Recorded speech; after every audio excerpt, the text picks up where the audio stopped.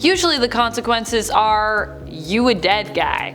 But not always. Welcome back, my fellow gamers. It's me, Amanda. What scares you most about FNAF? Is it jump scares, springlocks, or something else entirely? Number 10. William Afton and the leak. Probably one of the most iconic when it comes to springlock failures is William Afton. William Afton from the games, that is. In this version of the story, William Afton basically got destroyed by these springlocks. He was fully impaled by the springlocks in the Springlock Bonnie suit after trying to escape the ghosts of his victims. He thought hiding inside the spring body suit would protect him, but hey, he was wrong. It turned out that there was water on the floor which, when he touched, caused the springlocks in the suit to loosen, or water that possibly dripped down from him, and also his breath. This caused the springlocks to malfunction, they fully released, and impaled William, ultimately causing his death. However, this is William Afton, so even dying would not keep him dead forever. It would only keep him dead for a little while. We later learned that one of the vengeful spirits, or possibly a pair of them,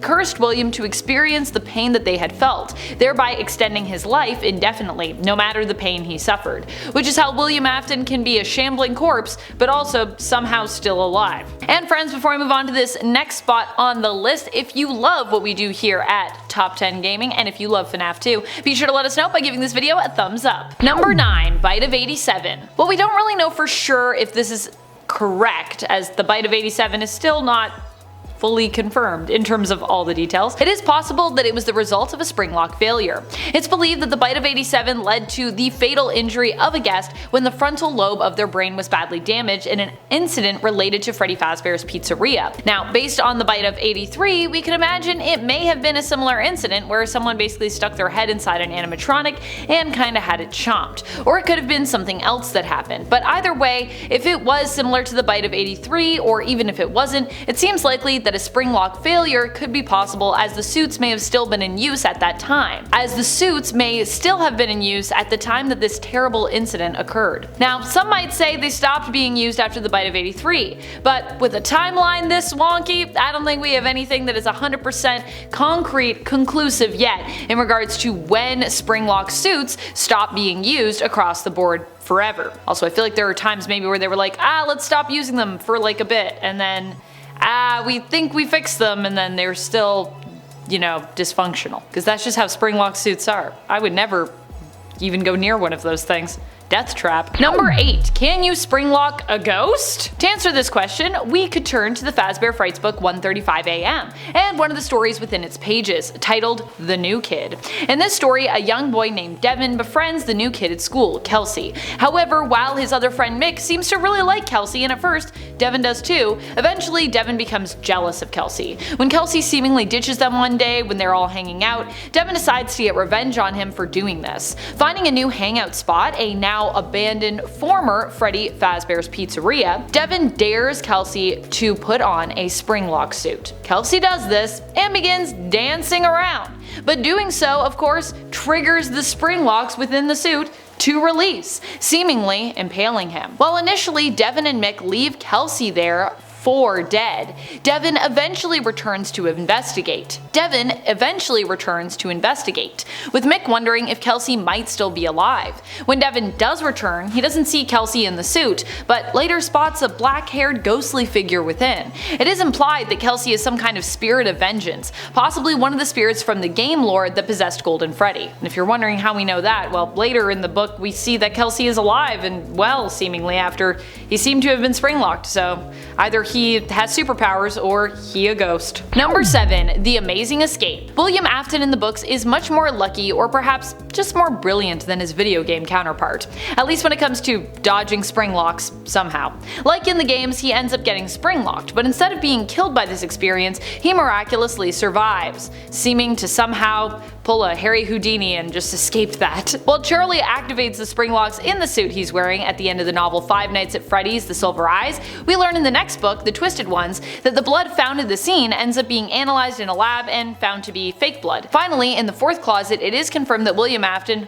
while harmed, miraculously survived being springlocked.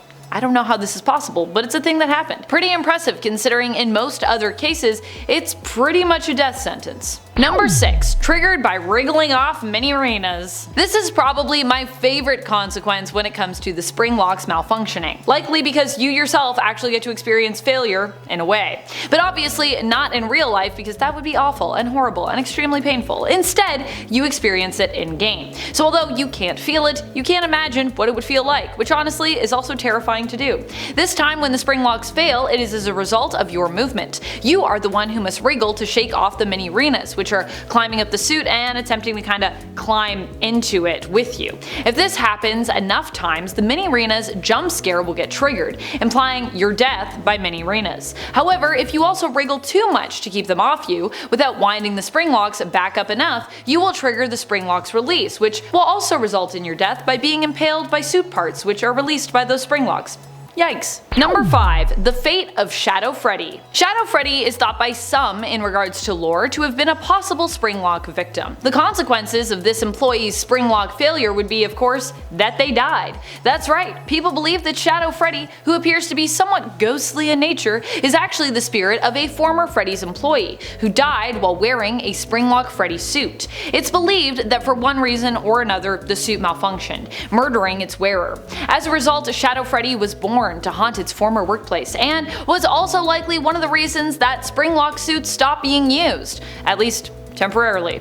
Although apparently not soon enough, as there were other failures that occurred possibly even after this one. Number 4. The fate of RWQFSFASXC. Some believe that not only is Shadow Freddy a victim of the Springlock's failing, but so is the shadowy figure of RWQFSFASXC. They believe that this shadowy Bonnie was another employee who, instead of being killed by the Springlock Freddy suit, met their end while inside the Springlock Bonnie suit, which also failed. My question is, if these employees happen to both die as a result of wearing and using the Springlock suits and the suits malfunctioning, did they die on the same day? Because if not, why would you ever continue to use these suits as a company? And why would you ever, as an employee, agree to get in another one? Unless one of them was hired after the other one and like no one told them about what happened to the last person to put on one of those suits? Still, legal liability right there. Like, my alarms are going off for like lawsuits. Of course, this was only a theory anyways, and actually one that Scott claimed was incorrect in regards to the true origins of both Shadow Freddy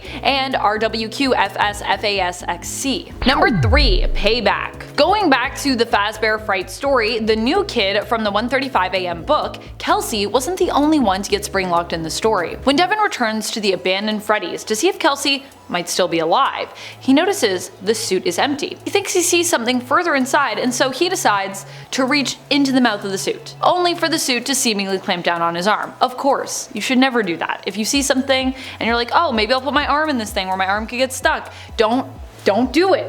The more he struggles, the more he seems to get sucked into the suit. Sure, this isn't so much a Springlock failure from the inside, and no one's wearing the suit in some of these. It's more reminiscent of the bite of 83, because I don't think there was anyone in that suit. But this is still a Springlock suit failing. So while different, I still consider it to be a failure with consequences. Consequences being, Devin also likely died. Number 2. The Bite of 83. Definitely among the most memorable Springlock failures is the Bite of 83. Now some of you are gonna say, Amanda, this is not a Springlock failure. There was no one in that suit that we know of, which sure. But still, it's a Springlock suit and it failed, so I'm counting it. Anyways, I feel like the Bite of 83 hasn't been fully confirmed really at all, but many theorize it to be true. Many theorize that our theory is true, that we have so far, because this is all we got, alright? We grab all these little Easter eggs and then we do our best to try to figure out what's going on in the narrative. Now, why do we believe that this could even be a Springlock failure? Well, one, the crying child was crying when he was held up to give Fredbear a kiss, which many theorize is the reason the jaws of the animatronic bear clamped down, as a result of the tears making the gears wet and causing a Springlock malfunction. 2, we have been led to believe that Fredbear was a Springlock suit, so that's also why people suspect that the Bite of 83 could also be a Springlock malfunction. Number 1. Multiple. While Shadow Freddy and RWQFSFASXC may have been debunked as Springlock failure victims by Scott himself, this theory didn't come out of nowhere. In fact, many thought that they were among those generally referred to in FNAF 3 during Phone Guy's recording for night number 4. Here, Phone Guy mentions that the Springlock suits are being discontinued as a result of an unfortunate incident at the sister location involving multiple and simultaneous Springlock failures.